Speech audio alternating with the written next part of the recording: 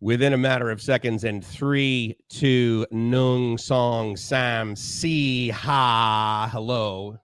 How you guys doing? Thanks a lot for coming by here. Joe, once again, you are my hero. Accept it. Do you guys ever use these things? I use what I refer to as, like giant Post-its, right? And I use those for like all my notes. And then I put them on the wall because what was the name of that movie where the crazy guy had stuff all over his shed out in the backyard? Do you remember that one? Was it American Beauty or something like that? Anyway, basically, I'm that guy. And I have actually right now, I have only 2 of those giant Post-its up on the wall here. And the good news is I don't believe Gracie saw me doing that until we were pretty damn close to like being married. And so, Chris, thank you for coming by, and thank you for sharing the awesome sauce. As it turns out, I've got a bucket of awesome sauce with me right now. Oh, hold on, just so you guys can get the full benefit of the 100.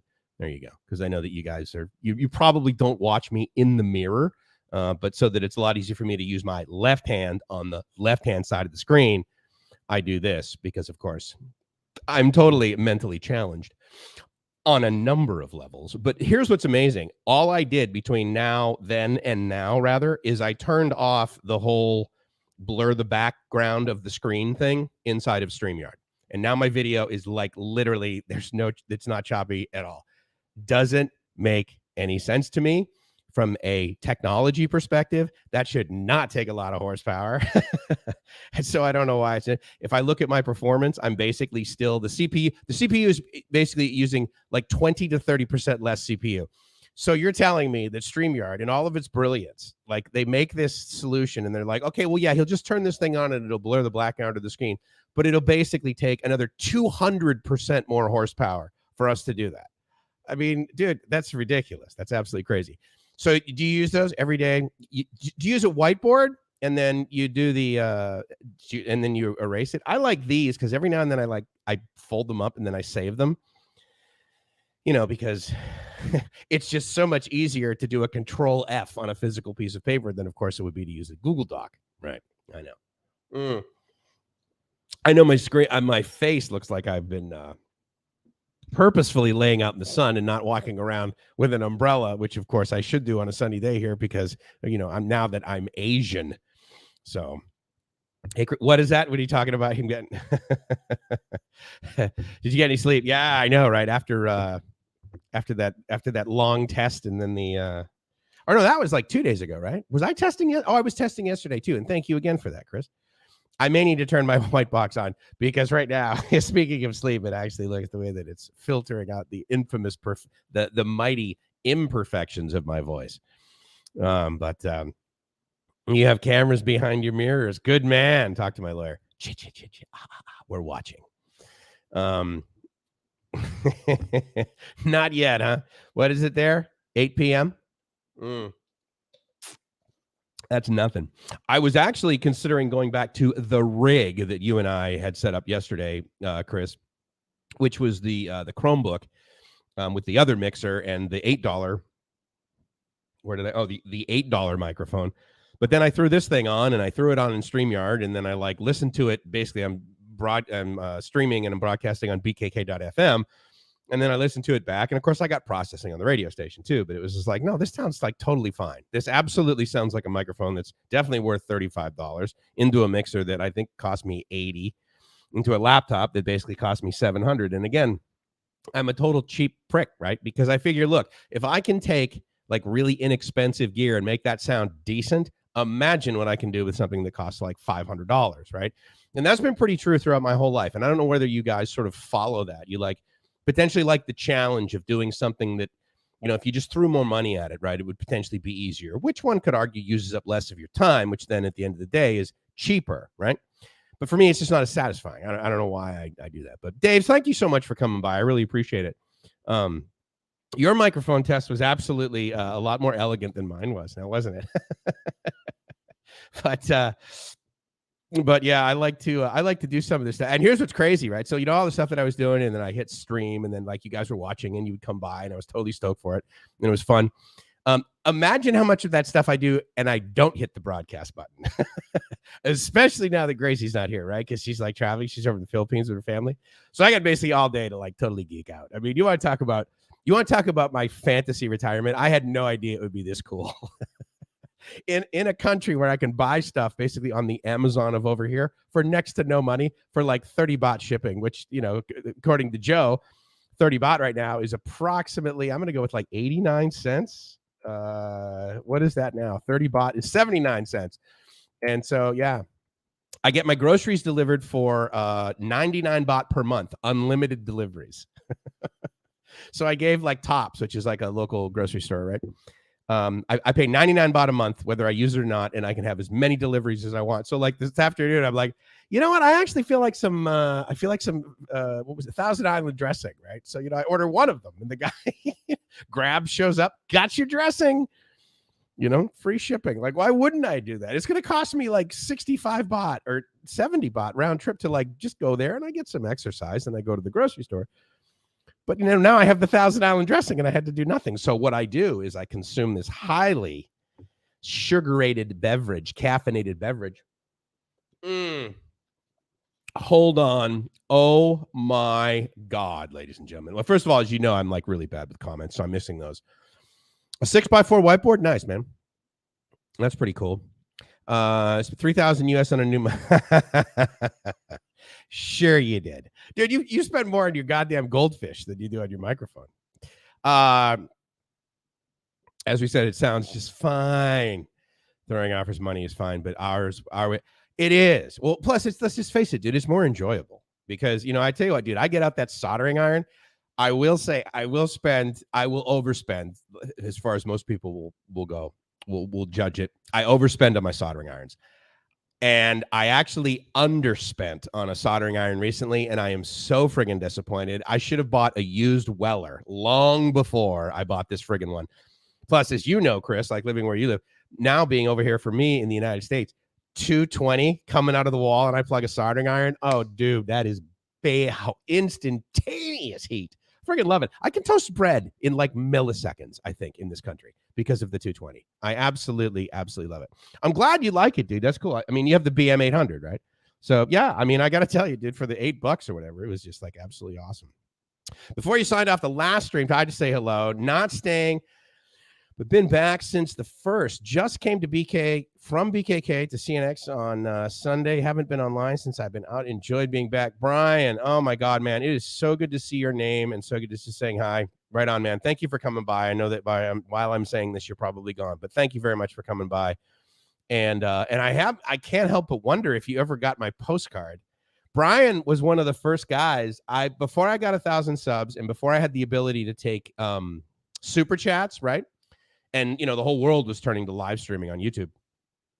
By the time when I got to 1,000, I think Brian was like one of the first people to ever give me any money. And I was just so honored by that. And he was like bugging me. In fact, I think he was the guy that was like, look, dude, screw the super chat, throw your PayPal link up there.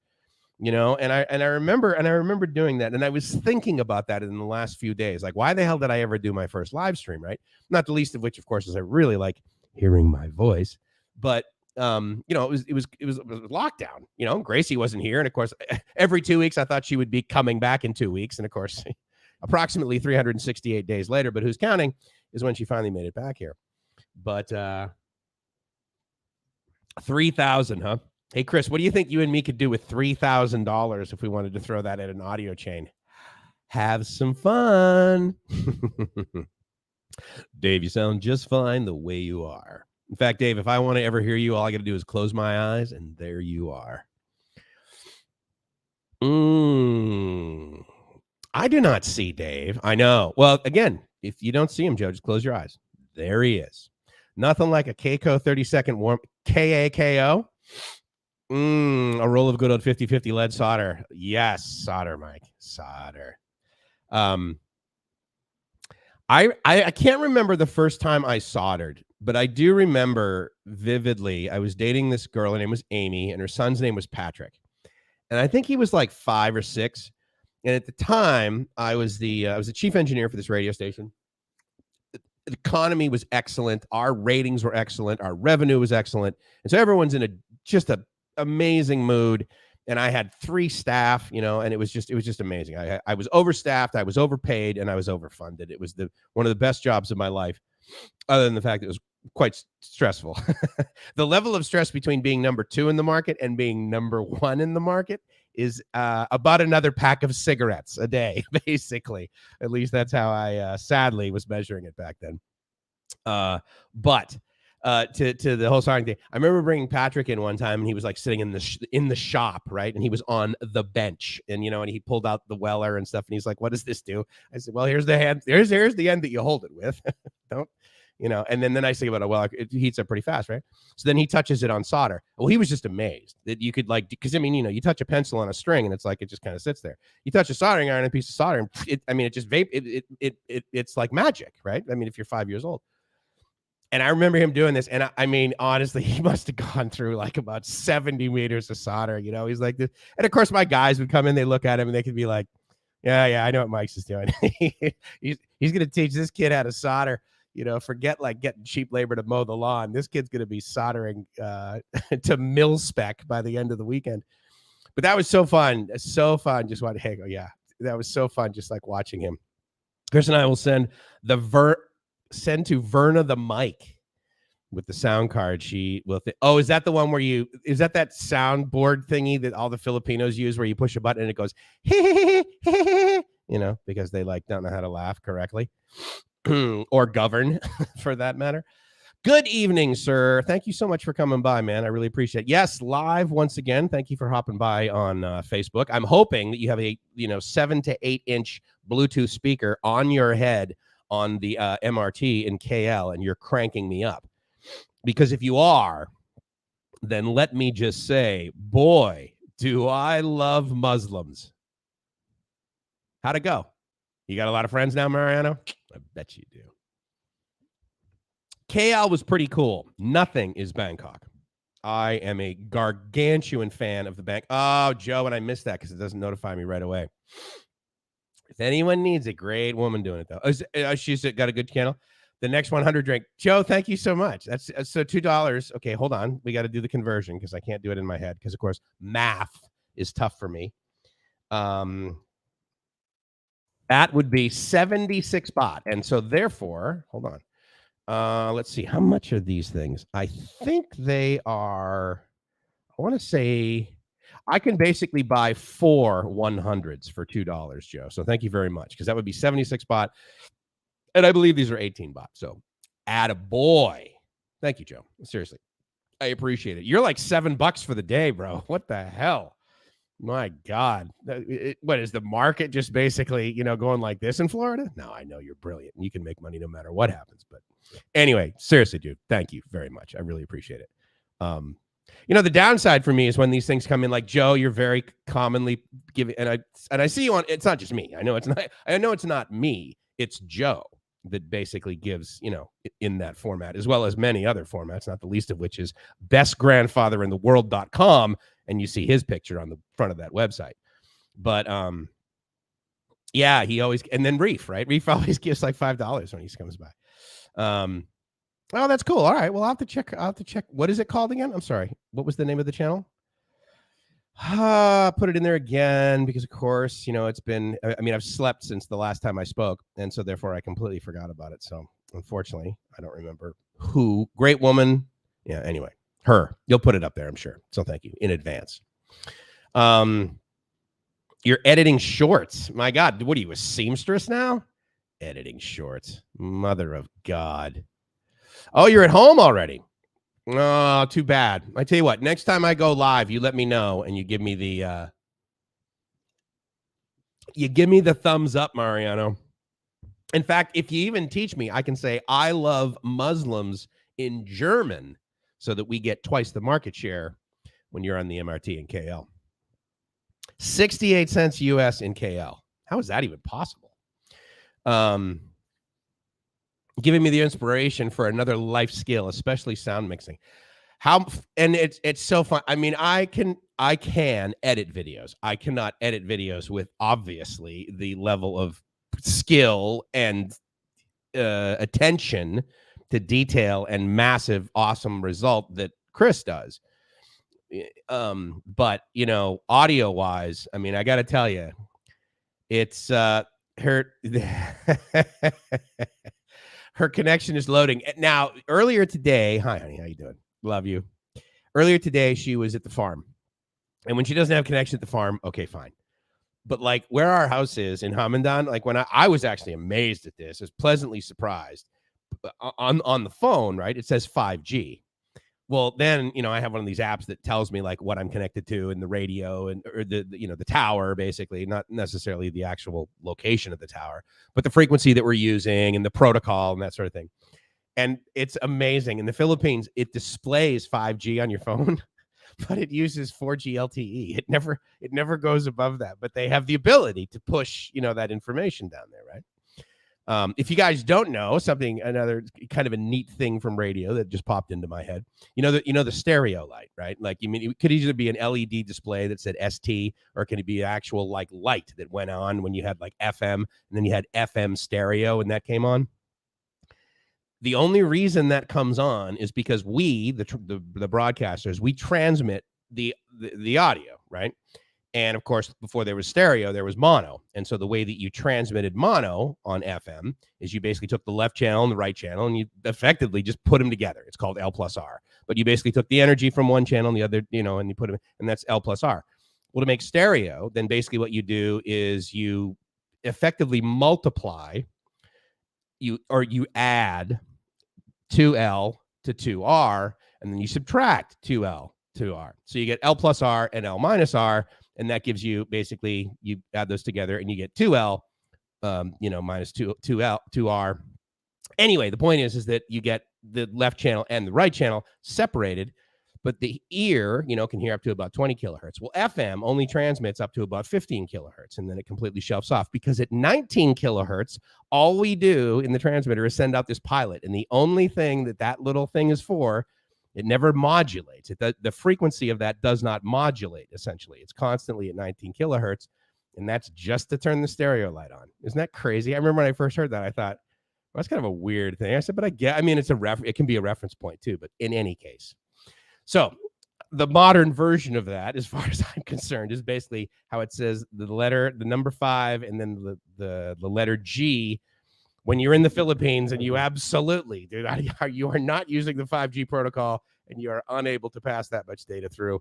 And because of that, Gracie is connected at 5G, and she's loading my video, which, to be fair, it's at 720. I guess can I dial it back once I start streaming, or does that, no, I can't. It's grayed out. So I can't change the broadcast quality unless I hit stop and start again, which I'm quite certain the majority of you are sick and tired of me doing on a regular basis. I'm now basically reliably unreliable as it goes to my live streams, right? So anyway, good evening. Thank you so much for coming by, Robert. I know I asked you this the other day, but I was doing testing, basically. So I wasn't totally paying attention to the comments, which hopefully I'm doing a little bit better tonight. Remind me where you are, because I know there was some St. Louisness in that, but I can't remember where you ended up at this time. And you know, I asked this, of course, selfishly, because like I ask any of you guys these selfish things, because I'm hoping at some point you're going to be like, oh, I'm going to be in Bangkok on, and then I put it in my calendar. And like Reef, December 3rd, for example, Robbie, November 6th, right? I don't know when he probably lost interest in me from stopping the last broadcast. So MedTech probably isn't here, but I know that he's down in Pattaya. And I think, let's see, what's today? Tuesday? I think he's coming up to Bangkok in the next couple of statistics for nerds. Yeah. I'm trying to remember at what time in our lives, like, it wasn't the 80s yet, but maybe the 90s and maybe the 2000s, when like, if you were a nerd, it wasn't like, oh yeah, he's such a loser. It's like, ooh, he's either, or he's gonna be wealthy. It's like, once I think probably the .com bubble, right? That was probably when like being nerds was sexy, you know. So Mike's debunk stuff, but you left my tinfoil hat in Boston. I did, and I'm really bummed out about that. I should probably be making one of those, maybe wearing a bra on my head. That would probably really be good. Hello, Gracie Somerville. How is your honeymoon going? Well, Joe, we're only in year 2. So, I mean, it is a pretty regular titration. And I'm quite pleased with the rollout of the process. And I'm thinking that, then the remaining 36 years are going to be an absolute cakewalk. Absolute cakewalk. Same in Northern Valley, but they say it is 4G with 1 megabit per second. Yeah, absolutely. So it was funny. So this is like, well, it was definitely before COVID. So it was probably like 27. I wasn't living here yet. Or maybe I wasn't living here yet. So it was either 2017 or 2018. And I'm over in True Digital Park, which is basically the equivalent of like in another major city, kind of like saying, like in the US, you would say, okay, yeah, it's AT&T building, right? Or the GM building, Anyway, it's the world. It's the headquarters of one of these providers over here. True. And this guy is coming in, he's got slides and everything, and he's telling people all about 5G. Like, this is going to come out, and this is how it's going to roll out. This is how we're doing it. And of course, we're true, and we're better than all the other providers, and this is how we're doing it. So I raised my hand and I said, okay, so you guys have 4G LTE. That is the one that I see the majority of the time here in Thailand. And he says, absolutely. And I said, okay, so based on that, I said, the only reason it says 4G LTE is because, quite frankly, the entire industry couldn't get their act together when the 4G standard came out to be able to actually deploy the 4G standard, which, if you don't know, the 4G standard is infinitely faster than 4G LTE. But people think, oh, it's 4G. Oh, have you got 4G? Oh, no, I've got 4G LTE. Well, all that means is you basically have a lower peak of data throughput, And so I said to the guy, I said, okay, so you're going to come up with 5G. So are you guys going to do this whole 5G thing? And then you're going to come up with a new marketing scheme to basically, make people believe that, they've got 4G INC 5G INC, and somehow that's better, but you're basically only providing 1/3 of the service that the IEEE said you could commit to. And he goes, yeah, he said, no, that's a fair question. He says, are we really going to be able to roll this out? And he gave me some fairly, because it was kind of a flippant question, but he actually gave me and of course, everyone turns around, right? Because there's this white bald guy in the back asking this very technical question, and all the Thais are like, wait, what? Like, how does he know that? I don't think he works for Huawei. Oh my God, maybe that's Dr. Cisco in the back room, but so no, he gave me a fairly, he wasn't an engineer by any chance, but by any stretch of the imagination, but he definitely gave me a fairly technical answer, which was like, okay, now here's why we're going to be able to do this, because we got, and then the multiple frequencies. And I actually will say it was very impressive the way that he answered, because if you don't know, there are satellites that are used as part of it, right? As part of the 5G standard, which of course doesn't occur in 4G or 4G LTE. That's completely, land-based, basically cellular towers, and you can do a little bit of last mile, potentially with like Wi-Fi, and the phones can, hop on those sorts of things. But with 5G, they're using a whole bunch of these other super high frequencies. And in Thailand, AIS, which is the, one of the top 3 basically carriers here, AIS, True, and DTAC. AIS has they own the license to, I believe it's the 22 gigahertz band. And so anyway, they they said, yeah, and so because he committed, he's, verbally committed. He could have been lying to me, but at least he said, no, and we're going to be licensing the band from AIS. And so we're going to be using that frequency. And then, here's all the manufacturers are coming out with these phones, with it. So I was like, okay. And so I will tell you, I've been quite pleased with the 5G coverage here in the land of smiles. I will say, though, for those of you that were watching a while ago, and Tom, and I'm not saying anything bad about Tom, and quite frankly, the only reason I'm bringing this up is because I feel like our friendship is growing, so therefore I can publicly give him a hard time. But he's like, oh yeah, for like 1,750 baht, it's 1,790. But for like 1,800 baht a year, I have unlimited data at 4G on my phone. And I knew that for the most part, the entire world basically says 4G and 4G LTE. They all believe that's synonymous. And so I wasn't going to hold them to that.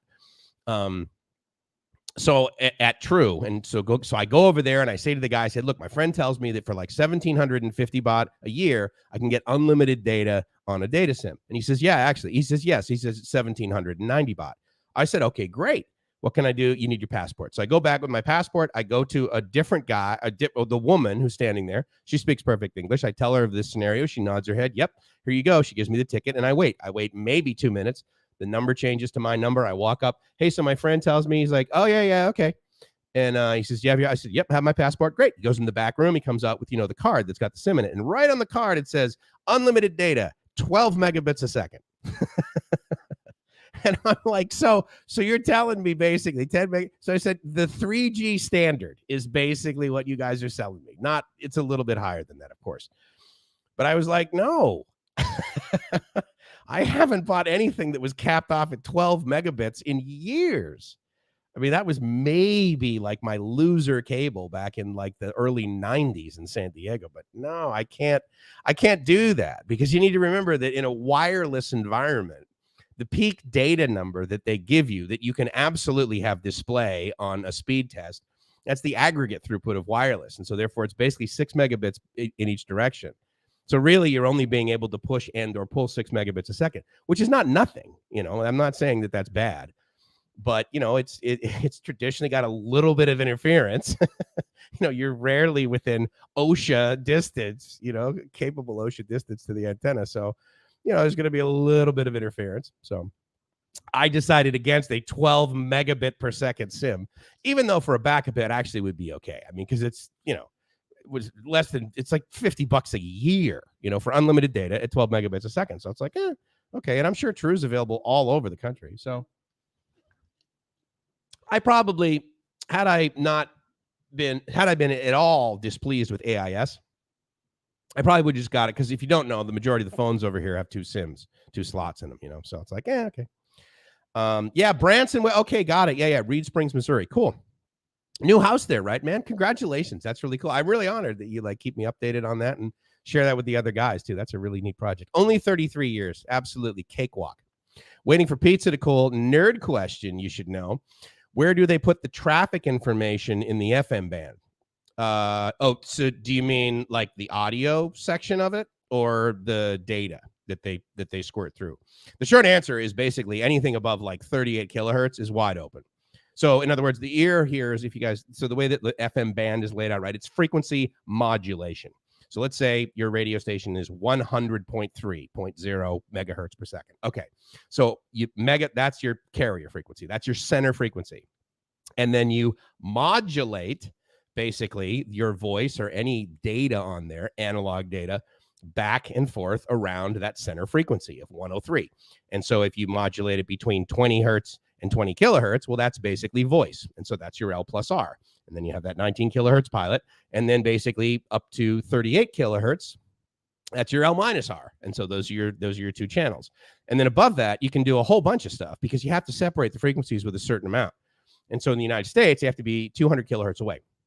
So basically each channel has 100 kilohertz to move back and forth along the center channel. And so does your next station, which has to be 2 away. So there's no, interference, right? So the short answer is it depends, because it's different in the US and it's different in other countries. Over here in Thailand, for example, you can have FM stations way too close together. Otherwise, there wouldn't be 91.75 FM allowed, which is, of course, what KISS FM is, which is referred to as a community license. And so they figure, well, your power is going to be so low, you're not going to interfere with the real stations like Fabulous 103, for example. It has an absolute, center frequency, and they got a little bit more power available in their license, but they don't do it. So the short answer is that anything above 38, basically. A lot of times, sometimes they'll use 67 and they'll go around that depending upon how much. But then it also depends whether they're using RBDS, which if you guys have ever seen an FM radio in a car, and then it's got actual data that scrolls, across it, the Beatles, bye-bye or whatever. That information is RBDS, and that gets transmitted basically as text, like a modem, effectively one way, not bidirectional. And then the radio picks it up and throws it up on the screen. Or you can do what's called HD-FM, which, if you guys don't know, that does not stand for high definition FM. HD-FM it's a smart way of doing things. They used HD because everyone thought, oh man, it must be organic, right? So therefore I'll buy it. HD stands for hybrid digital, which basically means that you have analog and you have digital, and they put them together, and therefore that allows them to take both of those pieces of data, the digital data that is on top of the analog carrier, as well as the analog audio, mix those somehow, because of course one of them is delayed more than the other, and then you get additional fidelity, right? So yeah, there's a lot of neat stuff that used to be done on the FM band, but now for the most part, it's just simply antiquated. And, the world effectively listens, on 2.4 gigahertz Wi-Fi, right? Or 5.3 or 5.8. So no vampires in Boston or Pennsylvania. Well, I'll tell you what, they're coming up at the end of the month, aren't they? Joe Penna, it is ongoing long distance. Yeah, but this isn't too bad. I mean, she's only one time zone away. And, I tell you what, it's one of those things where, like, you do something once. It's like, this is kind of weird. Gracie has already been in the Philippines while I've been here. I mean, we know how to do this blindfolded, I mean, it's not cool because she's like, I don't roll over and I'm like, hey, honey, how you doing? I got to get my phone and send her, So it's not as awesome, but yeah, dude, zero downtime. I hate downtime, everything about downtime. Some guy asked me about my career in radio today. This morning we were having coffee, and I said, so I did this, and, we were making a lot of money. So I had basically the ability to buy 3 of everything, and everything was triple redundant, self-healing, that sort of thing. And I had 2 transmitters, and they were on at the same time, always. And then they had then went through a combiner. So if one transmitter went down, the other one basically just increased its power 2x. And so in 3 years, I had no more than 10 seconds of downtime. Pretty damn proud of that. And it wasn't free. It wasn't free from my time, and it wasn't free from the president. He gave me a lot of money to be able to do that. And we had solid state transmitters, and it was an amazing time and an amazing geek fest in my life. That is for damn sure. So that was kind of cool. Is it okay for Dave? Is it okay for Dave? He lives in Serena. It's totally okay for Dave. You mean his honeymoon? I'm going to have to turn that softbox out. My face is looking so funny. Hey, what's going on, Nico? Good to see you, man. I see some of your posts every now and then on Facebook, and it always makes me smile. Thank you so much. Hello from Switzerland. I'm glad you're here. Hey, where's Toblerone from? Is that Switzerland or is that Sweden? Well, it's probably from China now, right? They just make it in bulk. But I'm just kind of curious. That's cool. I'm glad you guys are saying hi to him. Thank you for the thumbs up and thank you for the hearts. What I can't tell, let's see. Oh, I'm sorry if I do hover over it. So I have 3 likes on Facebook from Joe Mariano and Jared. Jared, thank you so much for coming by.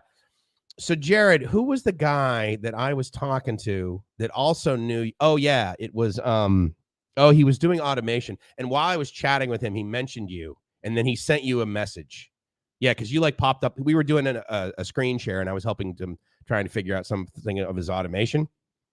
And he says something like, "Oh yeah, Mike says hi," or whatever, and you were like, "Mike who?" Because he mentioned your name. I'm like, "Oh my God, you know him? He's totally cool." Oh my God, ladies and gentlemen, Jamie sent me a love from Facebook. Thank you for watching, brother.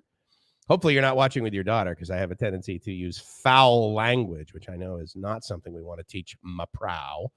His daughter's name is oh my God, Coconut, right? Is that what is Maprow coconut or coconut water? Hold on. I believe it's in Thai. Maprow, yeah, coconut. Right? Yeah. So that's her nickname, which is kind of adorable. She's friggin' amazing. She's not as amazing as Urice. Let's be clear. I'm absolutely justifiably biased because Urice is amazing. So there you go. But so knew I would get a 10-minute answer. Ozzy uses RDBS 10 minutes late after the accident ahead. That's good. I'm glad you guys are up on that. Now you guys have your center frequencies are on the even, right? So you have like 100.3, 100.2, 100.4, don't you, right? Because obviously in the US, if you guys don't know, we have the odd, right? So it's 100, 103.1, 103.3, 103.5, 103.7, 103.9, that sort of thing. And do you guys also have the stipulation where like the lower frequencies on the FM band, like basically everything between 91.9 all the way down to 87.9, which is basically the FM for channel 6 on TV, but 88.1 up to 91.9, that's supposed to be non-commercial in the US. So a lot of times those will be taken up for the most part by like college radio stations. They were historically. And yep, very good. I wondered where it was from. I bought some actually in the airport because, of course, they always are in airports. Those things are always in airports, along with Auntie Anne's pretzels and what is it? Cinnabon, if you guys are big fans of Oasis. Coming soon to Thailand. Good to hear. Absolutely. Let us know so we can hold you accountable for those dates and get ready with a smoothie for you at the airport. Few listeners, I'm so sorry, yet others can listen later. Ah ha ha ha. Well played, sir. Well played. Glad you're here. How do you say that? Grüezi? What does that mean? Does that mean hello in what do they speak in Sweden? I can't remember what language. Did they speak German in Switzerland? God, I can't remember that. That's horrible. I can't remember what they speak in Sweden and what they speak in Switzerland. I mean, obviously, there's sort of a standard language, right? Kind of like, they speak Spanish in Mexico. Well, right, but they also speak English, right? But Switzerland is German. Okay. I thought something to that effect. So thank you for clarifying. So I'm not completely inept. Although, what if there were only a global information network where I could type things in or even speak and the answers would come back either in written or audio form? I mean, that'll just never happen, but I think someday maybe it will if we stop listening to FM stereo. German, Italian, and French in Sweden or in Switzerland? You guys are the same. We're on the odd for years. Only digital now / rest of the band sold off. So are you 200 kilohertz away? So in other words, if I have a 103.1, then you can't be basically in the same market at 103.3. That was that actually changed a little bit. They got a little bit lax on that in the US when people started using basically digital exciters, which of course it takes a digital signal in, and you still need to broadcast something analog, but with an analog carrier. But it was they got it a little bit tighter because it was just real easy to just really almost just get a hard end and shelf the frequency right off, so there wasn't a whole lot of bleed over. So you wouldn't, even your second and third harmonics, you couldn't really pick that up. So there wasn't a lot of interference, which of course was great, for the broadcasters, and it's also nice for the listeners because you don't get that in between. 3 reasons: German, Italian, and French. Okay, very nice. I know I asked this before, but I forgot. MedTech, is your emoji there? Is that Stratton Oakmont? I love that. Oh, I see what you mean. Got it. Switzerland, 3 official languages. Ha. Very nice. Very tight now till analog is finally gone. Yeah. What are they doing? Are they just basically going to completely phase that out? I know here in Thailand, basically, I think you've got another 18 months. And they're wiping out all of the analog frequencies. The way that they're sort of relicensing them is really, ridiculous in the sense, if you were to compare it to the United States, where of course we keep all of the old historic. I mean, you can still buy a TV set that has like an analog tune, not a physical movement, but has to be able to pick up the analog frequencies, even though, they said no HD, only, but you can still buy a radio and it has to be able to pick up mono FM, right? I mean, it's just crazy. Whereas years ago in Japan, as far as I know, when HD TV came out, they said, all right, so here's the deal. You guys have basically like 5 years or 10 years. And in that, we're never going to broadcast an analog TV ever again. This is ridiculous. And if you don't know the amount of power you need to like broadcast down channel 2, for example, because the video is amplitude modulation, which uses an enormous amount of energy. And then the audio is frequency modulation, which is why channel 6 on TV is basically 87.9 FM on the FM dial, because channel 6 and channel 7, the entire FM band fits basically between channel 6 and channel 7. So there you go. I've got the AGC on too, which just reminded me, because I know that every now and then I like get away from this and I go back and get closer and that sort of thing. So I'm wondering how well that's doing. Disable, yeah. So I mean, I hope it's doing a good job. I was really amazed. Chris and I were doing some testing yesterday, and I was amazed at how much better the audio was going from Restream to going to up here to StreamYard, which I'm in right now. And I don't know if any of you are listening over on BKK.fm. If you are, I really appreciate it. That's kind of cool. This is another. It's not necessarily a new technology that I'm using, but it absolutely is a new additional stream that I'm doing. And I started doing that when we were doing our broadcast from the Wombat down on Jomtien Beach a couple of Saturdays ago with the Saturday morning mighty broadcast. I don't believe he's here right now, but I mentioned that the new name of our new morning show, because we have a morning show, it's been new for 10 weeks now, but the new name for it is going to be The Big Mattress. And he's like, wait a minute, you mean it's in Charles Laquadera from Boston? Absolutely. I mean, I loved that guy, and I loved WBCN in Boston, and the morning show there for I would say at least, if not more than 20 years. It was called The Big Mattress, and I just thought that was the coolest morning show. And it wasn't one of those things like the morning zoo in the morning, that were just replicated, not just all over the country. And but I never heard any other morning show doing The Big Mattress, and so I thought, I want to bring that back. So profile logo here is my company logo, a stylized lion. Yeah, but okay, hold on, because have you seen what I'm talking about? Stratton Oakmont. Okay. Let's see here. Let me see if I can get a good. Let me see if I can get a good one here. And oops, sorry. Hold on. Because this will be sort of interesting. Let me see if I can share this. Hold on. I want to get to fill the whole screen. That's why. Let's see. How about this? Save image as. I can't do that. Stand by. I'm sure it's like copyrighted or some nonsense like that, right? Strat Oak. This will be kind of interesting. I remember when I saw that in the movie, I just thought, oh, you know what? That's actually a pretty cool logo. I think I can do it. Oh, yeah, no, I do it over here, and then I do it here, and then I do it here. And then I put it up there. So there you go. Yeah, that's pretty. Oh no, okay. So your chin is lower. This is less of a. But anyway, yeah, Stratton Oakmont. If you guys want investment advice, that's where you want to go. That's where you want to go. Trust me. Just trust me. Analog TV went 2 years ago. Okay. And on your 1 year left in for radio. Okay, makes sense. Yeah, I mean, that's smart. I mean, it's a ridiculous thing to keep around, and it's infinitely more efficient too to be digital. Your audio is spot on at BKK.FM like last night. Good. This is not my Chromebook. This is my laptop. But again, I'm not using the what do you call it? Oh, okay. What do they call it when you do that with the screen in the background? I don't know why I'm like spacing on that word. Let me see here. Oh, virtual background. I'm sorry. And then they refer to it as blur. But for some reason, like just doing that chewed up so much. I don't know whether, I don't believe it was, I mean, I certainly wasn't hitting 100% here on my laptop, but what was definitely happening is that the video was freezing. So I don't know whether they do something on their end, because I absolutely know that their servers are not in this side of the world. StreamYard servers are basically in Virginia.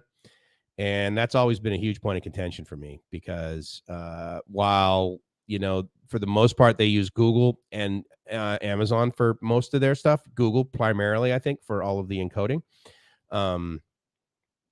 I would say that, there's not a whole, well, here's the thing about Google.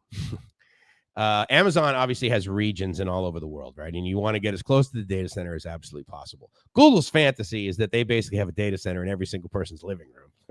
They want to get so close to you that absolutely you hit that enter before you hit the enter key. The results are there, kind of thing. And so Google probably has, right now, I would say that Google probably owns as much global fiber as the rest of the global fiber. They basically have their own internet effectively duplicated. And so unlike Amazon, where you upload data to say S3, right? So the object storage. And then you can say, okay, well, yeah, I mean, you guys are going to keep a backup of it and stuff. So I trust you. And it's, 11 nines of durability kind of thing, right? And I think it's 7 nines of availability. And you can pay, right? In other words, I can put my data in Ohio. And then if I want to pay, extra, I can also have it in Virginia just for, in case all of a sudden their entire Ohio region goes offline, or I can put it in, but with Google, you upload something to Google and within, I believe it's less than 1 second, it is literally all over the world.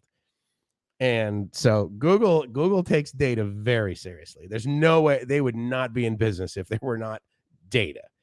And they have their data centers are amazing. Amazon's are amazing, but Google's are amazing. Like, in other words, if there's a picture of amazeballs, no, sadly there is not my picture or bkk.fm in that dictionary. There's the Goog. They are the internet. So, okay, StreamYard's Barris, that's a great question. I saw that, and I definitely wanted to address this. My experience thus far is the video inside of Restream, if you're using the background blur, they use significantly less horsepower for that. And so the video never freezes when I'm doing that. When I'm doing it on StreamYard from this side of the world, I can almost always make my video crappy if I turn on the background on this laptop, which is not, this laptop is not a slouch. It's not an M1, okay? But I mean, again, for $700, it's friggin' amazing. It's got 2 GPUs in it, so it's no slouch. So I'm amazed that their processing takes that much crap to get going. Additionally, the audio inside of StreamYard basically, I've pretty much got a straight audio stream. So there's this microphone into a mixer, which effectively all it is an A to D converter. It takes my video, and through USB, it goes into the thing because it's got to get digital somehow, right? And then it gets thrown up there.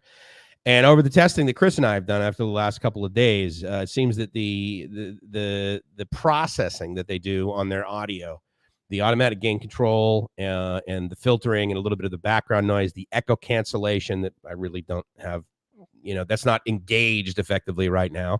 It's turned on, but they're not, processing anything because I'm not getting anything here that I could potentially need to, notch out, right? So my experience is that going through StreamYard, your audio is going to be better on Facebook and YouTube and that sort of thing. Restream, however, the reason I started using Restream, and in fact, I used to use StreamYard and squirt everything via RTMP into Restream, because Restream basically started out their business as a website that you go to and you send your video there and it restreams it like to as many places as you want. I think they have like a total of like 50 different platforms that you log into. So normally, and then they came up with an in-browser solution, just like StreamYard has, right? And to be fair, inside of StreamYard, I can absolutely, if I paid a little bit, I think I'm paying like 10, 15 bucks a month right now. So I can do up to 3 streams at once. So I could do YouTube and Facebook, which I'm doing right now. But I could also do RTMP and then squirt that elsewhere. But what I like to do is I like to use the native connections that they have in StreamYard, if I ever wanted to do more. So I could add Twitch and Twitter and that sort of thing. And, D-Live if I wanted to live stream on the blockchain and other solutions like that, Twitter. I think I already said that. But it brings the comments in, right? So whether you're on Facebook, Nico, or whether you're on YouTube, I can bring those in and it's nice. I don't have to use any additional software or whatever. But anyway, so the short answer is it's better if you want what I want. If I wanted to blur my background or have StreamYard take care of a green screen solution for me without actually having a green screen, then no, I don't believe it is a better solution. And somehow they're ridiculously inefficient at being able to process video with any degree of competence when they're using that. If I had a green screen behind me, like Dave does, for example, then there's probably not a whole lot of processing because they're just like, okay, that's one solid color. Yeah, I think we can figure out digitally how to take one solid color and replace it with whatever else you tell us to. That does not take a whole lot of CPU. So, but yeah, so far, man, StreamYard, I'm going to say their audio is better. I'll have to listen back and, we can all judge it, as I will regularly. Set up your AWS friends all over the planet for your Chromebook. Yeah, I know, right? You can do it from your Chromebook too. I mean, that's the thing. I mean, you can get to a browser and basically manage entire organizations inside of that. I'm a huge fan of AWS. I use AWS right now for a couple of things. Additionally, I'm going to be starting. I need to get at least 2 more quotes from developers. But I have this laundry app that I'm developing. And it's funny because I never said to myself, I need to make an app that does laundry, and I never said to myself, I got to make an app. I got to find the killer app. I never said that either. But I was messing around on the internet somehow one day and I came to Grab API. And it was like, wait, Grab has an API. And they're like, yeah, you just sign up for a developer account and you do this. And then basically after 2 weeks of you proving to us that the thing actually works, then we'll roll in a production instance for you. And you can start using that, because that means you make a call to Grab and say, I need a guy to come and pick me up for whatever reason. Grab Express is their solution that basically is a courier service, right? And so that can be for envelopes or basically anything up to, I believe it's 12 kilos. That might not be right. And, here in Thailand, right, 60 baht to move to like 12 kilos of stuff on the back of their motorbike to the other side of the city. And I said, oh, so wait a minute, I can make an app with the front end and so I don't have to worry about delivery. I don't have to worry about GPS. I don't have to worry about charging. I can use your service to do COD, because that's another thing that they can do for you. And I'm like, wait a second. Well, then if you guys have ever been over here, right, hopefully you've like walked down this random street of somewhere you're saying, let's say for the sake of argument, John Tien. I was recently there and I was at this hotel, and you can certainly go to the front desk of the hotel. It's a big hotel. And I can be like, hey, can you do my laundry? And they're like, sure. It's like 100 baht a shirt, or it's like whatever. Whereas you go down the street with a big bag of laundry and it's 60 baht a kilo, they'll do your laundry, right? And, there's no rating on the front and there's no sort of regulation about that. But how many times in my life, I don't know about you guys, maybe you've done this, but I just give these random people, that's basically some woman's living room, I give them my laundry, and then they're like, yeah, come back tomorrow. I come back 24 hours later. I have no slip. I have no receipt. I have nothing. And they see me walking up the sidewalk and they know where my laundry is, and they get the laundry. It's all wrapped. It's folded. It's in plastic. They hand it to me, and I hand them basically 60 baht for every kilo of laundry that they've washed and folded. But I don't know where those places are, right? I mean, I can type in laundry in Google, and Google Maps is better, of course, constantly, right? So every now and then it will be accurate. But twice it happened. It said laundry, and then went to this place. And, arguably the reason that it wasn't accurate, and I went up to this place that Google said was a laundromat and they're closed, is because of COVID. So I felt really bad. Now, but I'm not going to solve the COVID problem of businesses closing. But what I can do is I can take basically the logic that we have through Grab car, Uber, right? Which is, I'm like, okay, I need a ride from point A to point B, and you're going to like figure it out. Like, I'm not going to choose the driver, but I am going to choose like the car. I want a big car. I want a small car. I want this or whatever. And I think they have this in Grab as well as Uber, and maybe even Bolt. You can be like, if you're a woman, you want to be like, women only, right? Or whatever. Anyway, it's like 3 or 4 different options. And, the closest car shows up. And, you don't have a relationship with the person. You don't know. And you can see the ratings. But for the most part, I don't know about you, but I rarely, I look at the last 4 digits of the license plate. That's who I want to know is showing up. And then I stare at the car's license plates. I don't look at the guy in the eye or whatever. And they're obviously very, for the most part, they're very friendly, right? Anyway, so I don't choose the car. But yet I have to go choose my laundromat. But all I want is my clothes cleaned, right? So what if I could just have an app and I just push a button and I'm just like, launder my clothes? And they're like, okay. And so then the laundry app says, find me closest driver, go to Mike's house, pick up stuff, and drive it to point B. And point B is a laundromat. Well, it's not a laundromat that I need to choose, because quite frankly, when I walk down the street and I choose a laundromat, if there's one across the street, I don't really make a distinction. I'm just like, laundromat, like go to the, and quite frankly, if one has a longer line than the other, I just go to the other one. It could be dirtier. It could be. So I go. And so I want my clothes laundered. So Grab is going to take my laundry to the laundromat, and the laundromat is going to clean my clothes. And then they're going to basically push the app that says done with your clothes. And there's going to be some interaction. There can be some chatting. The laundromat will basically say, oh, hey, by the way, like you gave us, it's got mustard stains all over it. Do you still want us to clean it? Do you want us to bleach it? Do you want us to do blah, blah, blah, blah? Or do you want us to just put it back? Did you know there was a hole in it? Or, oh my God, you've got like a gold bracelet in the pocket, So all much like, you leave your phone in your Uber thing and they can, they take it back to you, right? If you lose items in there. So there's that sort of process. But the cool part is I don't need to worry about delivery because it's just an API call. It's like, go to this thing and then, so the app basically needs to take care of the registration. It needs to take care of the customer's items and sort of follow it, which is very easy to do because all of the GPS coordinates, you can watch the little driver. All of that is provided from Grab to me. And then I just charge accordingly. And so I just had a meeting with my developers yesterday, and it was like, okay, so do I do it per kilo or do I do it per item? Now in the United States, right, I think we're pretty common. It's like if we go to a dry cleaner, it's never per, right? It's always like, okay, $5 a shirt, $6 for a dress, $7, $30 for a comforter, all these sorts of things. Okay. And But over here, it's always like the laundromat charges usually per, and I'm talking about these small ones. Okay, so then what happens? So I have the app as a consumer and I want to do stuff. Well, then there's an app, like much like there's a app for the drivers of Grab, right? Or the food providers of Grab, for example. There's the mom and pop on the sidewalk making rice, and they download the app and they sign up and they're like, yeah, I make rice. And they take a couple pictures of the rice and they upload it. And then you go to the Grab food and you're like, rice. And you don't really know where this thing is. They're like, well, it's basically within an X amount. And you don't really care about the distance. You care about the time. It's like, how much time is there to rice? If this rice provider is 75 miles away, but you can get this rice to me in 10 minutes, I don't care where it comes from. And there's some ratings and stuff. So, you go through, well, okay, they got a 2.1 rating. And the last person said, child died eating rice. Okay, I get it, but there's going to be some sort of due diligence that the app manufacturer, the app provider is going to have to basically take on as a responsibility. The other reason I was doing this is during COVID and during the end of COVID, I'm walking up and down the street. And I don't know whether this happens to you where you go in Thailand also.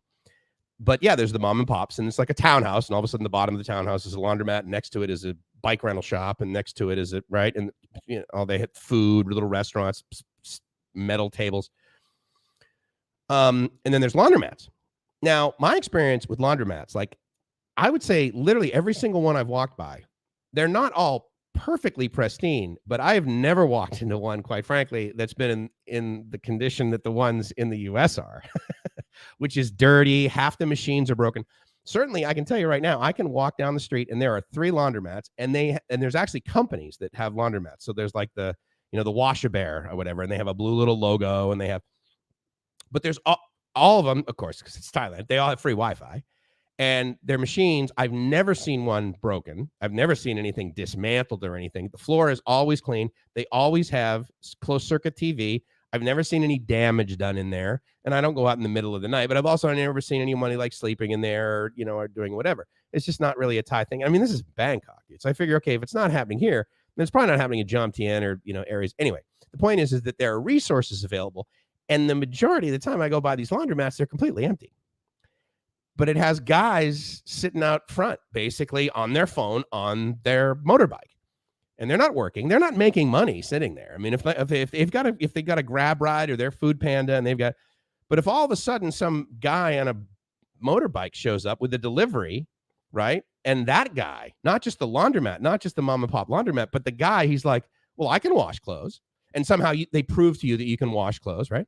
Much like you need to prove to Grab that you're a driver, you have a license, you have insurance, you have whatever you need to do to basically say, look, I'm going to go pick up my first driver. And you guys know very little about me. I could be an axe murderer and I could have a chainsaw in the trunk and I could be ready to, but you're going to do some degree of testing to prove to me that I'm reliable and therefore you will allow me to drive for your company. And you multiply that by 10 million drivers and all of a sudden you've got this bucket of Grab awesome. So I'm like, okay. So yeah, so the laundromat can sign up. Well, some random guy that's like, you know what? I'm done my homework and it's like Friday at 10 p.m. and I'm 20 years old and I'm indestructible and I don't need any sleep. And, I could go out drinking with my friends, or I could sign up on this laundry app and I could say, I'm available. Well, if you to say I'm available on Grab, you got to have a motorbike. You got to be able to do it. But to sign up to say I can clean clothes at a laundromat, and because you don't need to have cash, you don't need to have change. These laundromats, you need a QR code kind of thing. Well, if I'm getting paid as the laundry app by the customer, and if you've ever reserved a Grab car, you know that you basically have your money, they're holding it, but you've basically paid your money to Grab before the driver shows up, right? So they've got the money. So therefore, I could charge the person with this money and hold that money, but then I could make it available to the washer kid who's standing there on the sidewalk. And then he takes his version of the app, the washer version, and he goes up to the machine and he says, okay, I've got the clothes. He puts it in, he gets the soap or whatever, or he walks over to the 7-Eleven and buys, a couple liters of soap and says, okay, that's my commitment to my new job. I've just spent 75 baht. I guess I'll do it. And he goes in there and he does the laundry, but he takes the app and the app is connected to like True Wallet or, Prompt Pay or something like that. And he's able to pay to do the laundry without using his own money. Okay. Well, then he does the laundry and then he folds it. And along the way, he takes pictures of it ahead of time. He takes pictures of it afterwards. He takes pictures of anything that could be potentially damaged, communicates with the customer and makes sure that, everything's happy with the clothes going in. Everything's happy with the clothes going out. And then he's done. And then he hits the app and says, okay, send back to customer. And then the app says, okay, it's going to call Grab Express. The Grab Express guy's going to come. He's going to pick up the laundry and he's going to drive it back to the guy that originally wanted his laundry done. I get my laundry back and everything's good. Why is there no service like that? I mean, for me to come up with like a delivery app or a grocery app or what, it's all been done. I mean, it's a red ocean. If I'm going to come up with a grocery app, I'm in competition with Tops, with Lotuses, with Big C, with Happy Fresh that just left, but with Happy Fresh, with all these other things. And Tops, if you've ever used their delivery service here, they are in the grocery business. They are not in the delivery business. They have an app that delivers groceries, and that app makes an API call to Grab. And the person that delivers my groceries is a Grab driver. Because I have the Grab app installed on my phone, which many of you do, because I have a Grab account, and Grab is now in charge of the notification of the delivery of this item. And they're like, oh, we recognize this phone number. So not only does Tops notify me of what's happening, but Grab notifies me of what's going on. So I click on a link that Grab says, hey, turns out you've got a delivery coming. And so I click on that. Well, then I watch the little driver on the GPS come, and I know when he's like about a block away. So I go downstairs, and then he calls me as he's driving up, and I walk out, and about 20 seconds later, I have all my groceries. And I walk up and I get, and I do all that for 99 baht a month. I could have one delivery. I could have a delivery every single day. I could have 5 deliveries. I literally have had 3 deliveries in one day because I'm like, oh, crap, I forgot something. And then they send another guy and all this stuff shows up. So why is that not done with laundry? Why is there... I've seen laundry apps, but there are laundry apps owned by laundromats. So like, in other words, that's like me having one pizza place and having my own delivery staff and that's the way you did it in the 80s. Okay. And then Domino's came in and Pizza Hut had their own delivery and stuff. So they get their, okay. But then the pizza place said, dude, we got to get the hell out of the delivery business. We're in the pizza business. Let's get these delivery companies who do it freaking spectacular. And here in Thailand, they're also your banker, because the guy shows up and he's like, okay, here's your laundry back.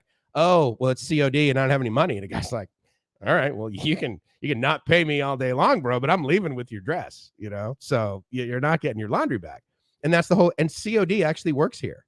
Like I've discovered that the Thais are so, maybe it's not this reason, but I will say that one of the reasons that they always pay their COD is if for no other reason than to save face.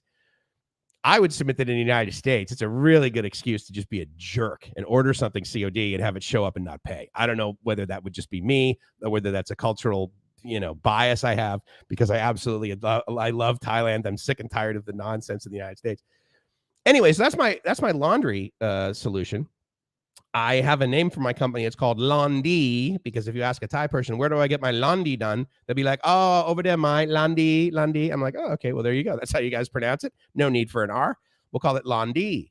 And then D in Thai is like usually good, right? So I'm like, okay, that's kind of cool. I checked with a bunch of Thai people and I said, look, does Londi mean like, whale's vagina? Or does it mean something like totally inappropriate? Or is it like, oh yeah, kill babies while you're drunk? No. Actually, that's a slang term called Londi. No. So it just doesn't really mean anything. So I have laund.d, so LAUND.EE. And of course, I also have londi.com. If you want to see an example of what I'm talking about, I got this website from a defunct company out of India called Wash Dude. And it's just got some simple things on there. And they also had an app, because I needed an example of something to, quite frankly, just to be able to show developers. Say, okay, these are the things that I want to do. So we are Londi. And then there's just like little simple things like, hey, this is how you Londi. You basically install the app and you put your credit card on there. And the neat thing is that you don't need to convince anyone of the behavior that's necessary in this thing. People have apps on their phone all day long, and they request things to go from point A to point B. They request from services to happen from the minute they think about it to the time that it shows back up on their doorstep. This is all something that everyone, so it's very easy to sort of introduce this thing. And again, at scale, I think it has the possibility to add convenience to people's busy lives, to employ people that potentially aren't working. Because I talk to a lot of Grab drivers. You ever have this experience? You're talking to a Grab driver, to a Lyft driver in the United States. How do you like it? Usually guys drive for both. They have like 2 or 3 phones on the dash. One's an Uber app, one's a Lyft app. They turn one on, they turn the other off. There's an app, actually, if you don't know, for drivers that basically is an aggregate of the Lyft and the Uber app. And so you turn on Lyft inside of it, and the app knows to turn off your Lyft app so that you can't drive for Lyft when you're driving for Uber. And it's like really helpful as a driver. Keeps track of your mileage, allows you to pay tax, deductions on your income. So this Laundry thing, and I'm thinking, this will be pretty good, but no one's doing it. Like, the only time I've ever seen laundry apps, sometimes you will get a company that's like, they're in the laundry business, and they show you beautiful pictures of how they have the giant warehouse, and it's green, and it's organic soap, and they recycle all their water, and they have unicorns and rainbows that like light up the entire factory 24/7 using no fossil fuels and all, and it's like, okay, that's great. But you've got a finite amount of surface area that you can service. You got a finite amount of service area, right? Whereas with this, it's like, look, there's not Grab everywhere, but when there's density, in other words, when you're in a city like Jomtien or Pattaya, and you can walk down the street and and you can say to a Thai person, you can hold up your laundry and say like, hey, laundry, and they'll like point somewhere and they'll be like, oh yeah, like they won't say this usually in English, but yeah, 2 blocks down here, dude, take a right. Rarely do they say dude in their regular conversation, except to me, because I'm amazing. So I'm thinking this could actually work. So now I'm at the point, I have a minimum viable product that I can design in this app making SaaS solution called Adalo, Adalo, Adalo. And it's a drag and drop thing. And you can be like, okay, here's the login screen. Here's your forgot password screen. And here's your registration screen. And then here's your address screen. And they have it hooked to like global GPS. So you can type in things and it like auto completes with like an address that's kind of like the one that you have. So there's some neat features in there. And then I can basically simulate the Grab API-ness, right? And I can always say, okay, like, how am I going to, and you can say, yeah, do my laundry. And then I can basically have a little message that comes up that says, okay, this would be an API call to Grab for Grab Express. And I've looked at that, and effectively, you have to do so. I mean, Grab is a very mature company with a lot of technical integrity, as well as a business plan that generates revenue all the time, 24 hours a day, that never goes offline. So, they have some like, look, dude, here's the way that you do it. Like, you got to make these calls. And if you've ever used an API, you know how you have a API key, right? So you have a username and a password effectively, right?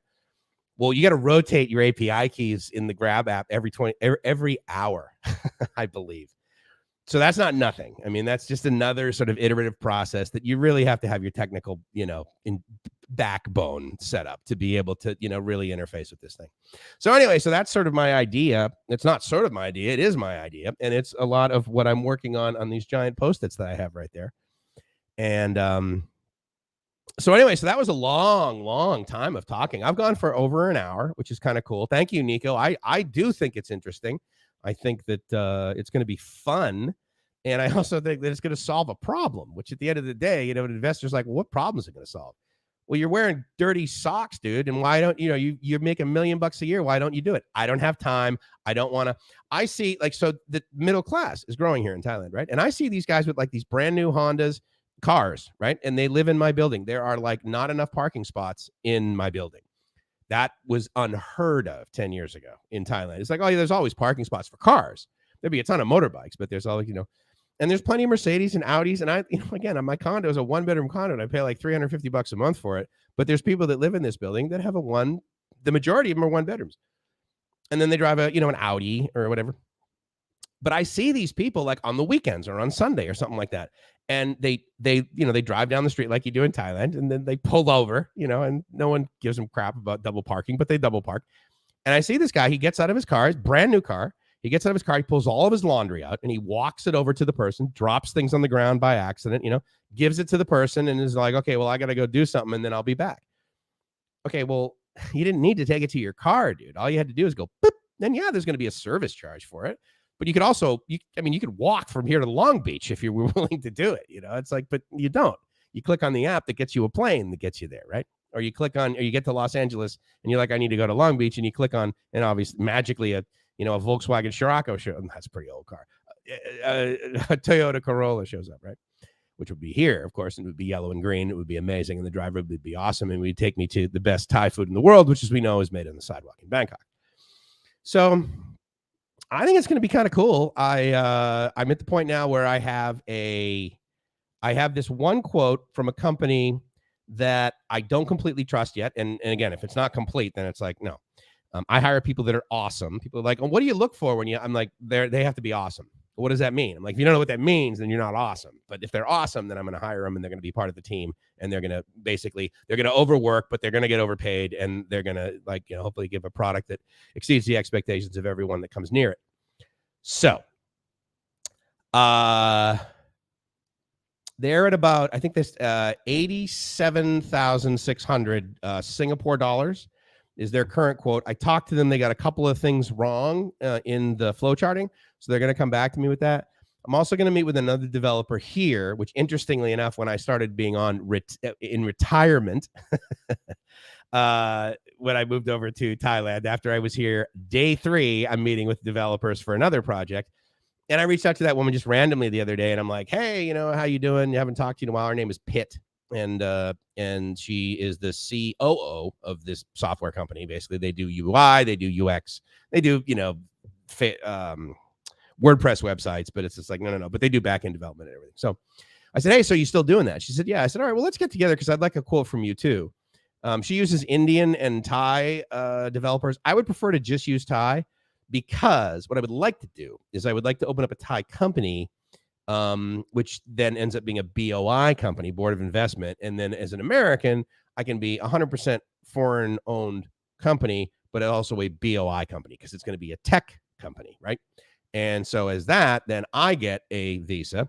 I can hire as many foreigners as I want. There's no requirement for me to hire 4 Thai people for every foreigner. But I'm in Thailand. I would love to be able to hire Thai people. So it's neat that I don't have to be forced to, but I would prefer to start out now, before I start this company, kind of with some momentum of like, hey, look, I need to hire Thai people, and I need to understand their culture and the way that they work, and how introverted Thai IT people compare to extroverted crazy Thai or crazy IT leadership guy. And so that will be, sort of part of the process too. So I did see this. Thank you, Mariana. I'm sure you're absolutely gone by now, but I'm glad you're going to go have soup. I hope that was very enjoyable. May just get a M2 and forget the stupid browser drop. And so, dude, I'm right there with you, because I can tell you right now, when I had my MacBook Pro, basically I would open up my MacBook Pro as I open up my Windows machine, as I open up my Chromebook. Obviously, first thing I do is I open freaking Chrome. I open Chrome. I log into my 3 or 4. I usually have 3 or 4 websites 3 or 4 tabs open for my Gmail accounts. I have various Gmail accounts. So, one of them is like 2 of them are my company names. And then the other one is my Gmail account, right? And then the other one is like, well, a third company. but I'm in Chrome like constantly. Yeah, I use like on the on the desktop for a couple of things. The only downside, Chris, is that a lot of the radio stuff that I do, a lot of the automation stuff that I do, especially these small companies, when they start out, they basically make so much stuff for Windows. And that wasn't a problem so much, because like a few of them were making stuff for the MacBook Pro, and the MacBook Pro obviously infinitely more inefficient. I mean, even you get a 1.7 gigahertz processor, and if you have 32 gigs of RAM, you're friggin' living the dream. The graphics was dynamite. The audio, like it was just really good. Although the audio in this Asus is pretty good too, as is the GPUs. But with the M2, because of the architecture for it, I know for a fact that there's even software that ran on Mac real well that doesn't run on Mac anymore because of the M2 architecture. And that's disappointing. Now, I know that was much more of a concern when the M1 came out, and I'm quite certain now that the M2, there's a bunch of software companies, obviously, if they were big enough, they were notified long before the silly thing came to market by Apple. Hey, by the way, here's our new architecture. Here's the So, but yeah, I am disappointing with it. So it's interesting that you said that, Nico. I saw that too, and I wanted to get to this. I have tried Melon streaming, but I haven't done it live. So maybe I will do that next. Thank you for that information. I definitely do want to try it. I have it installed, if you will, in the sense that I have an account that I can go to in a browser. And if you guys don't know about Melon, simply all it is the in-browser streaming solution by Streamlabs. And if you don't know Streamlabs, you probably know OBS. Streamlabs basically has an overlay to OBS, which basically is their own version of OBS. A lot of times warmingly referred to as slobs because it's Streamlabs OBS. But they also have a ton of plugins that you can use as a live streamer, as far as like, little, especially if you're like a gamer and you're a streaming gamer, you can put like various different things in there. They're the people that, like, if I get a super chat or something, I can make a little thing, it comes up, and that's kind of fun. But they have like much more sophisticated. You can sell swag via their, so Streamlabs is a great solution. And the fact that there's Streamlabs already and there's Streamlabs OBS, and now they have Melon streaming, I'm like, oh my God, I'm sure StreamYard is absolutely like crap. Now what do we do? If we were smart, we probably would have sold StreamYard to Streamlabs. But no, they went out and made their own version. So I do want to try it. It seems like a pretty good platform. As I said, when you get back there, we can grab anything for it. Nothing. So many things. Yeah, dude. I am so jazzed for you to come here. It's just going to be so cool. Yes, this is all while drinking smoothies on the beach. Absolutely.com, yo. Absolutely. Chrome and VM works excellent on the Mac. So on my Mac, I used to run Fusion, VMware Fusion. And you're right, it works pretty good. But I will tell you that in the last like 3 years or so of having that Mac, what ran better on that Mac, because I always had a really decent internet connection too, because I worked at a university, and most universities have at least 10 gig connectivity, if not 100 gig, solid glass, right? And, I was in the IT, so we were in charge of, the bandwidth throttling. And trust me, we were absolutely giving the students like 100 megabits each, shared. But I had a gig, right, to my desktop. And when you're streaming from, anything major, like any Amazon data center, any Microsoft data center, whatever, that gigabit that you have coming to you, that they're absolutely serving it up that fast. I mean, so that was like pretty amazing. So I would actually use Amazon Workspace. So I would basically have, technically a streaming Windows desktop on my machine using their app. And effectively their app, all that was taking effectively it's like a remote desktop connection, but they also use PC over IP. So basically they have an encapsulation. They have an encryption of the video that's coming from the Windows. It was a server, basically. Windows Server is what they use to render a Windows desktop experience. And it was amazing. And they even and I was also a beta tester for a couple things. So they brought in the audio. That wasn't that difficult, but then you could actually use your local camera, your local USB devices, squirt those back through the app to the Amazon AWS desktop, and then I could use that. So that was pretty cool. And then of course, when I like basically shut my computer off, I was effectively not paying, right? Because you only pay for what you use. Now, you pay for what you use in Amazon. Microsoft bills you all friggin' day for their license. And so just because you shut the machine off, yeah, you would save a little money, but you're still paying the Microsoft license, which in AWS, a lot of times is literally 1/2 the cost of the server, which is a little bit offensive. But I really liked it because I could also open it up on a Chromebook when I was on the other side of the world on a $100 Chromebook, and I could open up my Windows desktop and do some stuff there. So that was pretty good because the internet, of course, over here is quite good, and there's free Wi-Fi everywhere. So things have changed, mate. Running Windows 10 in a VM, and you wouldn't know the difference? Is that what you're saying? M2 server is way. Oh, no. And dude, look I can tell you. I mean, I adopted VM virtual machines, and I adopted VMware when they were in version 3.5. I was a huge proponent of that. And of course, everyone was like, oh, yeah, it's really great for test and dev, but you'll never run a production workload in there. And then, of course, there were amazing apps like Microsoft Exchange, for one, that literally ran better virtualized on Windows servers on top of the VMware hypervisor than they would on bare metal. I mean, it was just amazing. And then of course, there's a redundancy and that sort of thing from a server platform. But as far as, running the desktop on a Mac, yeah, I have no doubt. And I'm absolutely certain that VMware, their Fusion, if it's still called Fusion, I don't even know. I don't even know what version they're on right now. They're probably in like version 10 of Fusion.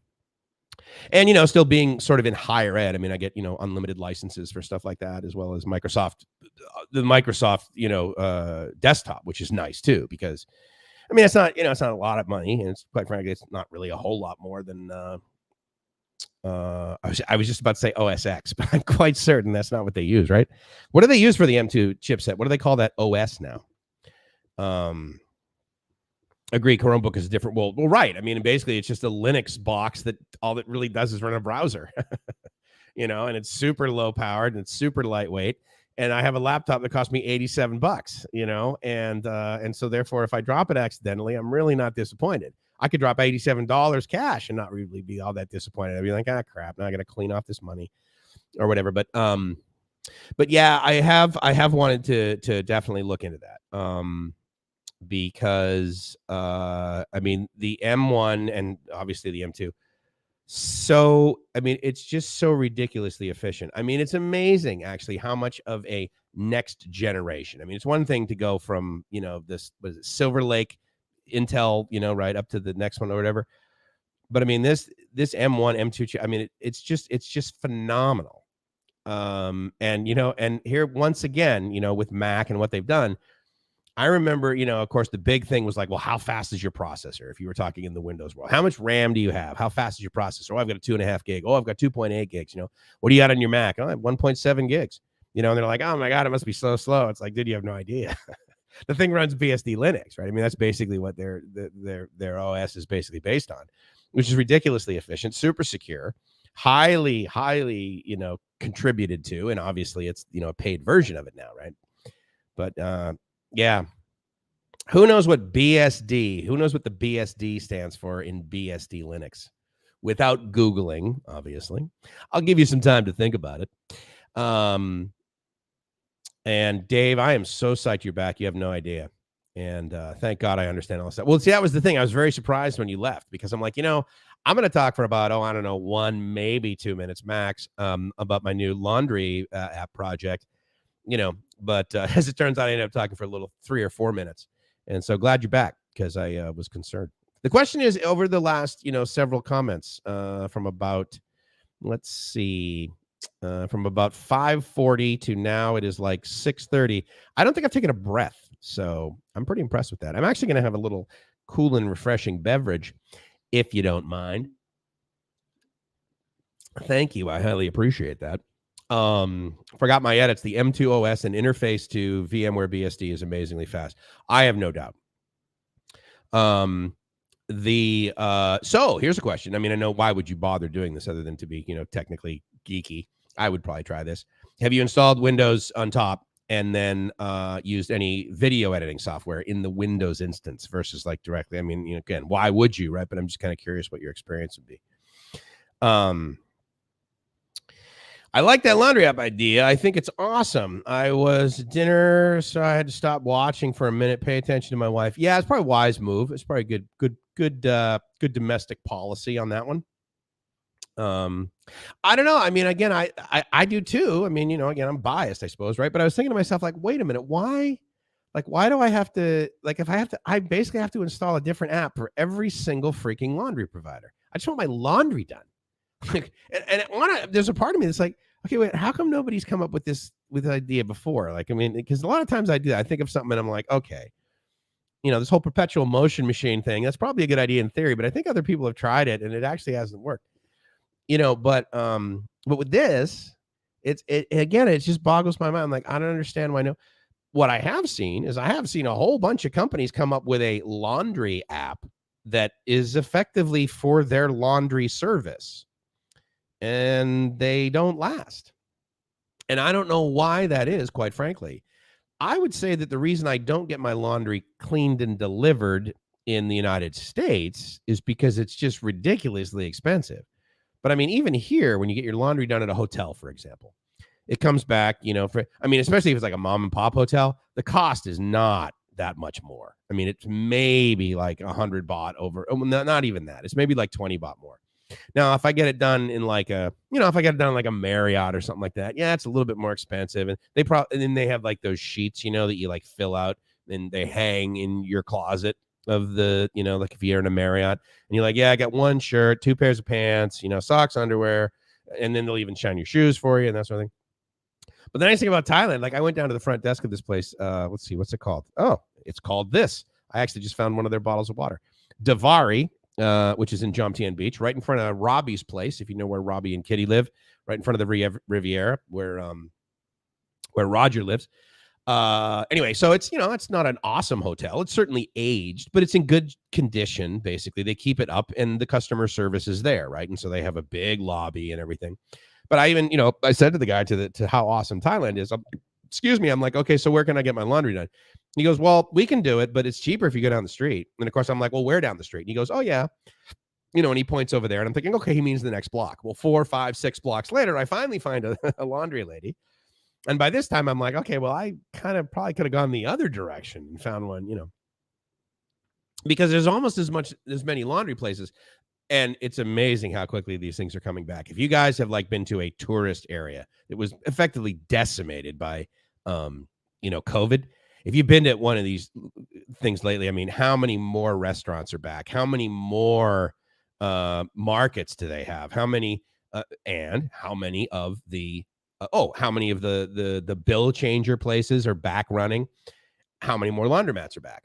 And so it's like, wait, there, and in fact, because where Gracie and I stayed, from walking from Beach Road in Jomtien to our hotel, which was, I don't even know if it was 100 meters, but let's say for sake of argument, it was 100 meters, 3 laundromats. There's one directly across the street, 2 townhouses down. There was another one. And then there was another one that was one of these ones where they have a few washers, but they also have a few old motorbikes. And then they also make fried rice. And then they have one of those glass stand things that has a ton of ice and a ton of fruit in it. And it's dripping water all over the ground. So, multi-purpose thing. But the point is, they were more than willing to do my laundry. And I'm like, yeah, but you got no customers because people know where you are. But if I had an app, I don't care where you are. I just want my laundry done. So DaVinci on both is within 10 seconds of each other with the same setup. Okay. So much excess CPU waiting to be used. Nice. Way different from the old days of having to use spoolers. Yeah. No, I get that. And yeah, I think that was one of the things that, I anticipated this is what it would be. But I remember when Dana actually gave me an example of how fast it took to render a 4K video, because I think I've tried, I don't do editing and stuff, right? But I do like DaVinci Resolve, and I've used DaVinci here on my laptop, which interestingly enough, I figured, oh yeah, I'll upgrade, no big deal. Holy crap, dude. On this PC, even using the GPU, to be fair, it's the free version. And from what I've read, it sounds like DaVinci Resolve on Windows on the free version does not make as much efficient use of the GPU as I would like it to. But again, if I want to buy it, it's like $200, and then it would be, but I don't use it professionally. But what I will say is that the upgrade that I did to, let's see, I want to say, what is it, version 28 or something like that? I downgraded to 27 because 28, it was just, freezing, and it was basically it was a linear rendering. In other words, for a 25-minute video, it took 25 minutes to render the thing. And I was like, I don't know, that seems kind of lame. It was almost like if I really want to do video editing, quite frankly, I should probably go out and buy myself a friggin' M1. It was what I was thinking at the time.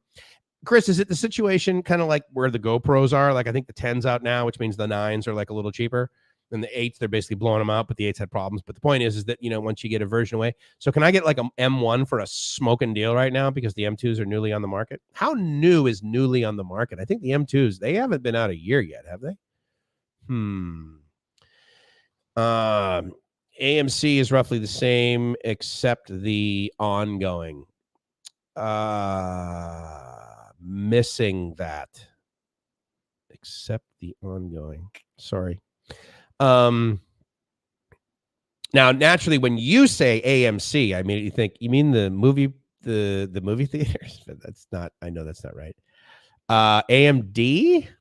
Is that what you mean? As we were talking about the CPU in my Asus? I don't know. Anyway, regardless, I am curious about I guess I could Google it, right? And I could be like, hey, so what's the cost of an M1 versus an M2? What's today? Today is Tuesday. I actually have a conference call at 5:30 in the morning my time, which again is not early for me. I normally get up at 5:30. Avid Media Composer. Got it. Okay. And that's what you use. Avid is the company. What do they make? What is their sort of key product? Is it Pro Tools? Is it Avid who makes Pro Tools? I don't know. Because I don't do this normally, right? I knew before, but I've since forgotten because it's not something that's in my windscreen on a daily basis.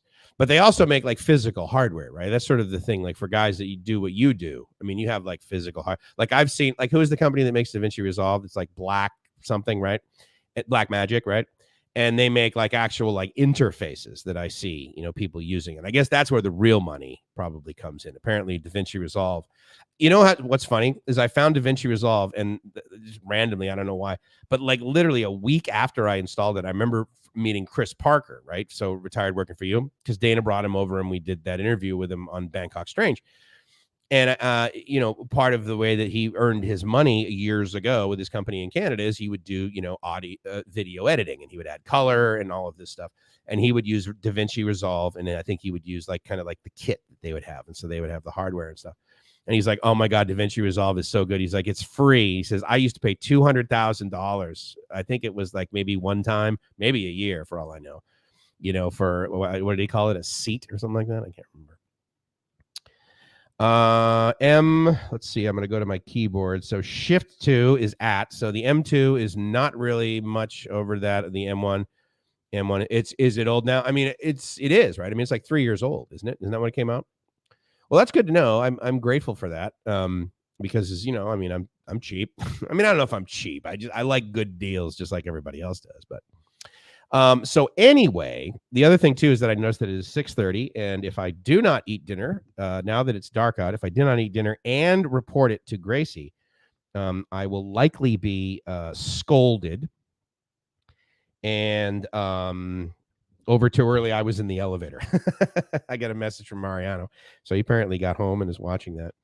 But yeah, so I need to eat dinner. I actually bought salad. I'm really excited to make a salad, and as you guys know, I have Thousand Island dressing, which of course was delivered for free. And all I do basically is divide the number of deliveries I've got, into 99 baht. And then I'm like, no. That's what it really cost me. So anyway, I think this was really cool. I really liked this. I would like to do it. I would like to do it more. I would like to do it more regularly. I don't know when I'm going to schedule it, because again, I don't do the same thing every day. And so therefore, tomorrow morning I'm going to be on a call at 5:30. Actually, what else do I have tomorrow? That's the other thing. I don't know about you guys, but thank God for well, I use Google Calendar, but thank God for calendars, because I cannot remember things. If I did not have someplace reliable that I could put events in that would remind me of them, and it would be incredibly accurate, reliable, and that sort of thing. Well, that's cool. So I got my 5:30, but then my conference call with this other CRM. I wanted to deploy a CRM for my buddy's juice company. He and I are working on that. So I got to interview some CRM companies. Let me know if you have any recommendations for CRM companies for small businesses. There's this one that's here out of Bangkok called Hero Hub.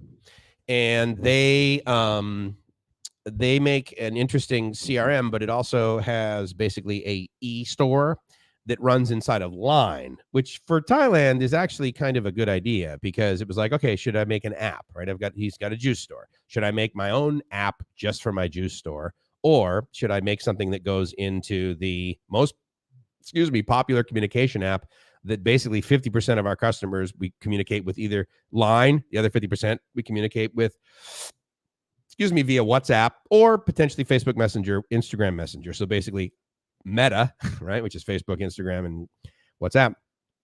So they do that. Should we do that? Or should we, go with this other CRM that's kind of got like this feature that you kind of just like, oh yeah, you can keep track of all your customers. And by the way, you can also have your, e-commerce done inside of Line. So it's like, well, that's cool, because then you can use Line Pay, or you can use, so that's kind of neat. I'm out of ENC when contract is out of the year. I'm using DaVinci as it is free and closer to. Yeah. I mean, plus it's, let's face it, it's pretty damned amazing. I mean, for free video editing software, it's rad. I'm thinking of doing a mic test live stream. I've not done one in a while. I got to tell you, Dave, you do 2 or 3 of those a day, and it is just, I mean, the viewership just, hockey sticks. I'm telling you, dude, do this. Buy yourself another microphone, Dave, and then do a friggin' live. But bring Chris on and let me know about it, because, I mean, I love to do nothing more than just judge, especially when it comes to audio, because I really love those warm mids that I know you do too. All right, Chris, I'm glad you're sleeping, and I'm glad that all you guys have been here. Thank you so much. I really, really appreciate it. It's awesome talking at you guys. No, it's great talking with you, actually, and I appreciate you listening to me and giving me your feedback. I mean, I know that you came in at various times along my description of the Laundry app. And again, I'm biased because it's my idea, right? So I'm thinking, well, it must be a good idea because I had it. But who knows? And if you guys want to be beta testers, shoot me an email, mikes@livemyassoff.com or mikes@lawnd.com. Feel free. Or mikes@lawnd.ee, but lawnd.com is a little easier, isn't it? Anyway, thank you for laughing out loud with Chris as well as just by yourself, Dave. I love you guys. I hope you're living the dream, because if you're not living the dream, you're doing it wrong. And I hope to talk to you really, really soon. I hope to talk with you really, really soon. With that, have an amazing Tuesday. Talk to you soon. Ciao.